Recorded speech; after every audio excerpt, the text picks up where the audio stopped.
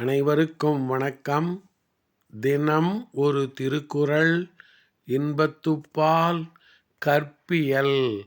அதிகாரம் 123. பொழுது கண்டு இரங்கல்.